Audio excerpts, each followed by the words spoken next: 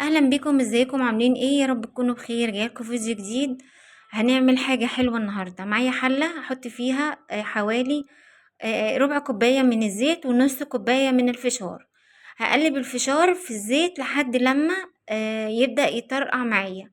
اهم حاجة يكون الحلة سخنة جدا، الزيت يبقى سخن جدا. واول ما يبدأ يطرقع كده زي ما انتوا شايفين هغطي عليه. هسيبه بقى على نار عالية لحد ما يخلص خالص واسمع ان مفيش صوت للطرقعة. كده خلاص الفشار خلص معايا. تعالوا بقى ايه نخش على الخطوة التانية. في نفس الحلة هنزل بحوالي 4 معالق من السكر.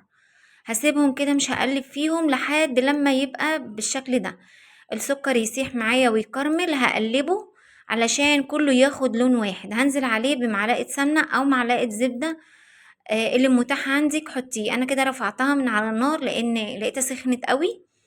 فعلشان الكراميل ما يتحرقش ويمرر معاكي، هديله بقى رشة من البيكنج باودر علشان الفشار يبقى مقرمش معايا. خلاص كده بدأ لونه يتغير، خلاص كده بدأ يبقى جاهز. هنزل عليه بالكيس من الفانيليا. وبعد كده عندك فانيليا يا ريت يفضل لو تحطي فانيليا. خلاص هنحط بقى الفانيليا اهيت، وبعد كده هننزل بالفشار بتاعنا. عايزاكم تجربوا الطريقة دي، حلوة جدا. ولو انت اول مرة بتشوفوني ما تنسوش بقى تشتركوا في القناة وتفعلوا الجرس، تختاروا الكل عشان تشجعوني انزل فيديوهات كتيرة. طعمه حلو جدا ويستحق التجربة. جربوه. جميل جدا، طعمه حلو. مش هتشبعوا منه، هتفضلوا طول ما انتوا قاعدين عايزين تاكلوا. عايزه اقول لكم ان الشويه دولت ب5 جنيه. هتاكلي انتي وولادك لحد ما تتبسطوا. ومع السلامه، اشوفكم في فيديو جديد.